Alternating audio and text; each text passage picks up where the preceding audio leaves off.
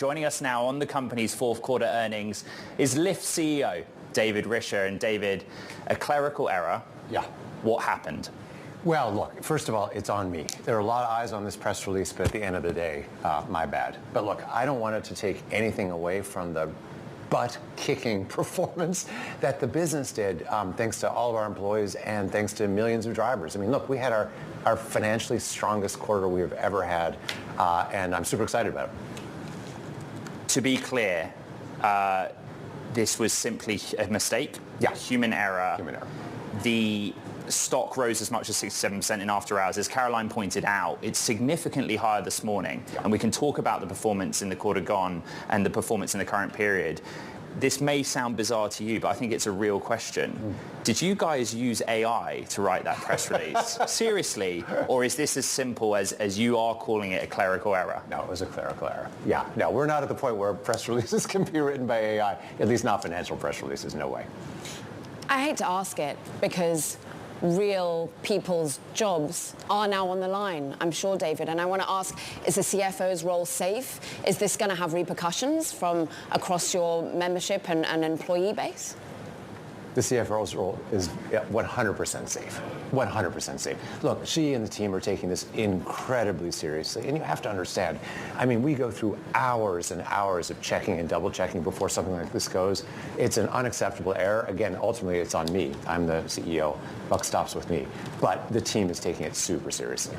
And I know that you want to be talking ultimately about how you're seeing growth in the business. And I'm sure that that's something that, in a way, the salt in the wound is even greater because you had a great story to tell and it got marred by this particular error. But people are going back and saying they have never seen anything like this in history, David. What would you do differently in the next earnings? How can you make sure that investors feel confident in the statements that you put out to them in the foreseeable future? Yeah, I mean, look, I would look at our record and look at the growth, look at the fundamentals of the financials. And to be very clear, it was a bad error, but it was 1-0 in a press release and, you know, a lot of other pages. And of course, we corrected it within seconds of finding it. So I think, you know, like with any mistake, I think it's not so much about the mistake itself. It's also about how you correct for it. And we've corrected for it, obviously, in the moment, putting out new materials, but also doing a really deep process dive, including having our own internal audit team, a separate team, look and figure out how we can make sure we never make a mistake like this again. Okay, if you're listening on Bloomberg Television and radio worldwide, we're joined by the CEO of Lyft, David Risher. And I go back to the current stock performance. You are still up 32% in the session. Yeah. And there are so many stories within that, but I zero in on the gross booking outlook. Strong. Yeah. What is the story there? For me, I'm trying to make sense of the gig economy more broadly on both the demand and supply side. But if you look at the consumer, you look at corporate spending, you guys are adding to this narrative that things are quite rosy out there. Yeah. And when does that stop? How long does it last? Well, look, I don't know when it stops. That's a tricky thing to predict. But here's what I can tell you. We've had now 4 quarters of growth, increasing growth. And we had our biggest growth year last year of our company's history. And by the way, we're talking about billions of dollars. By the way, billions of dollars that end up going in drivers' pockets. So you can see this is a really important part of the economy because it's a really important part of people's lives. When people take the 700 million trips they took last year on Lyft, they're going to see their parents. They're going to a Taylor Swift concert. They're going to work every day. They're coming home from work. They're going to see their doctor. This is an important part of people's lives. And then when drivers are driving, they're earning to save for a house. They're earning to save for tuition. They're earning because maybe they lost a W-2 job and they're 3 weeks away from picking up a new job and they need something to bridge them. So it doesn't surprise me that the gig economy is becoming an increasingly essential part of people's lives and people's economic lives. Your bigger competitor, Uber, succeeded by adding new products to the app, diversifying even within ride-hailing. Yeah. And it proved that its algorithm is working in matching riders with efficient routes and drivers. Do you feel that you're going to be competitive in those domains? I do. Look, our focus is a huge strength. We are 100% focused on rideshare. You know, just yesterday we launched Women Plus Connect that allows a woman rider to pick a woman driver all across the United States, 270 markets. It's been a huge success over the first 6 months when we've been kind of trialing it.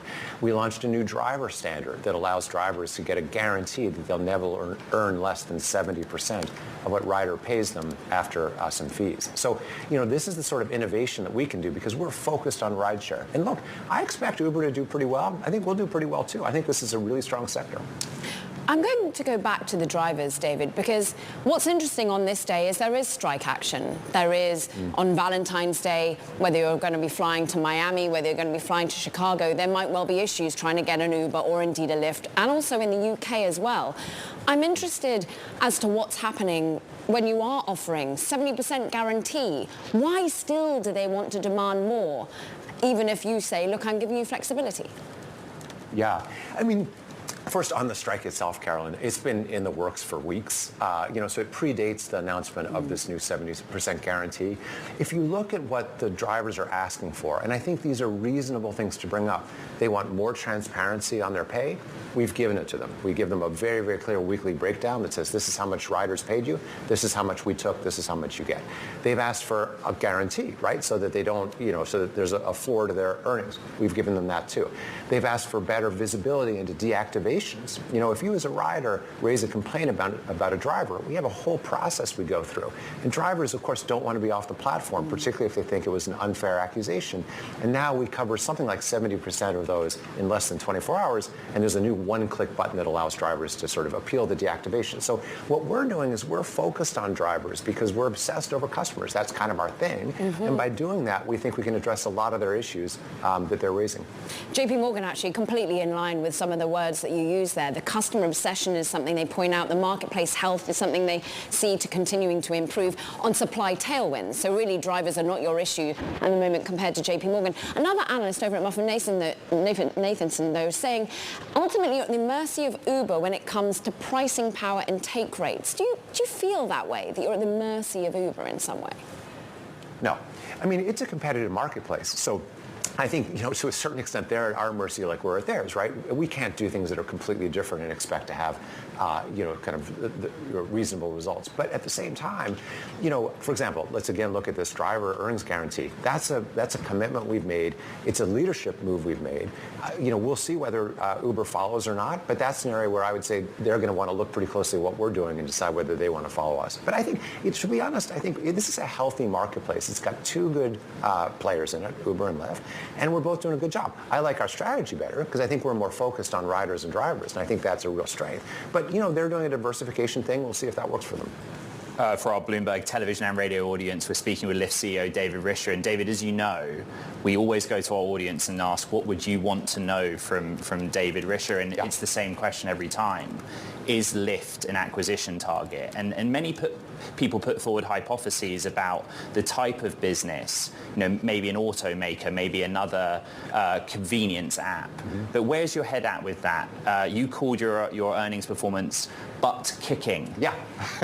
But there are still free cash flow questions. There are still scale questions with Lyft. Yeah, well, let me talk about those and then get to the core of the question.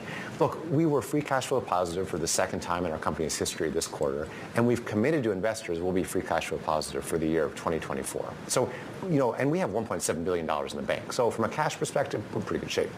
From a demand perspective, we're in good shape. Highest demand ever. From a supply perspective, we're in good shape. Highest driver's hours since 2019. So, from a basic core, and then again, you think about it, 700 million rides in a year. I mean, think about a Delta Airlines that might do a couple thousand, maybe 3,000 or 4,000 takeoff and landings a day, whereas we do, let's say, 2 million a day. So our scale isn't really an issue for us. We've got pretty good scale.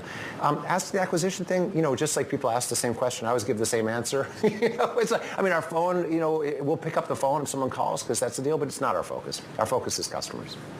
All right, Lyft CEO David Risher on set here in San Francisco. Thank you so much for your time. For sure. Thanks. I enjoyed it.